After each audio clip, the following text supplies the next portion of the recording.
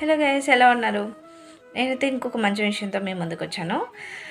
ఏంటంటే, ఇలాంటివి ఎవరైనా ఫేస్ చేస్తుంటే ప్లీజ్ కమెంట్ చేయండి.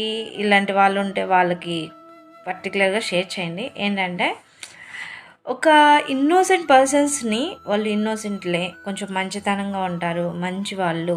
సో ఎటువంటి గొడవలు వద్దు, సమాజంలో మంచిగా బతుకుదాము, సొసైటీలో మన జీవితం ఏంటో మనం బతుకుదాము. ఎందుకు ఒకరితో ఎందుకు మనం గొడవలు ఎందుకు, హ్యాపీగా ఉండాలి. లైఫ్ని ఉన్న ప్రతి క్షణం ఎంజాయ్ చేయాలి, మెమరీస్ని క్రియేట్ చేసుకోవాలి, నలుగురికి హెల్ప్ చేయాలి తోచిన దాంట్లో. ఆ దాంట్లో మనం హ్యాపీగా ఉండాలి. ఒకరిని హర్ట్ చేయకూడదు, ఒకరి ద్వారా మనం హర్ట్ చేయబడకూడదు అనుకునే పర్సన్స్ని కొందరు ఉంటారు. చాలామంది చాలా ప్రీషియస్గా బతుకుతుంటారు. అలాంటి ప్రీషియస్ పర్సన్స్కి సెల్యూట్ చేయొచ్చు. ఎందుకంటే అలాంటి వాళ్ళు చాలా తక్కువగానే ఉన్నారు సొసైటీలో. బట్ అలాంటి వాళ్ళని కొన్ని గుంపులు ఉంటాయి. అంటే ఇక్కడే కాదు, ఎక్కడైనా చదువుకునే ప్లేసెస్లో అయినా, అండ్ జాబ్ చేసే ప్లేసెస్లో అయినా, ఇన్ ద కమ్యూనిటీలో అయినా, ఎక్కడైనా అలాంటి ఇన్నోసెంట్ పర్సన్ అని తెలిసి, అయ్యో పాప వీడేమంటాడు, ఇదేం చేస్తుంది, ఏం మాట్లాడుతుంది, ఏం అనలేదులే అనుకొని వాళ్ళని టార్గెట్ చేసి ఒక్కరిని వాళ్ళని ఎమోషనల్గా డౌన్ చేయాలని వాళ్ళలో లేనివి ఉన్నవి క్రియేట్ చేసి వాళ్ళని బ్యాడ్ చేసి వాళ్ళందరూ ఒకటైపోయి ఏదో చేద్దాం అనుకుని ఊహించేసుకుంటూ ఉంటారు.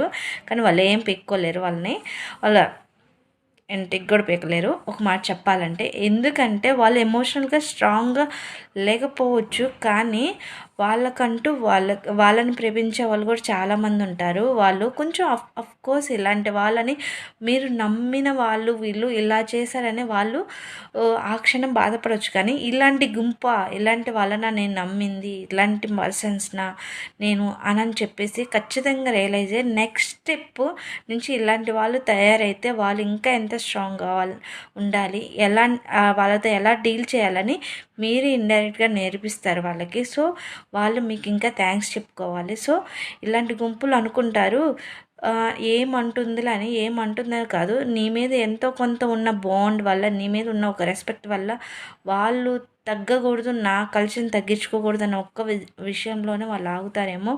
ఒక్కసారి అవి మర్చిపోయి కానీ మాట్లాడటం స్టార్ట్ చేస్తే గుట్టకలు వేస్తారు. అది మాత్రం గుర్తుంచుకొని అలాంటి వాళ్ళతో గెలవడం కాదు, దమ్ముంటే పెద్దవాళ్ళతో గెలిచి సాధించు.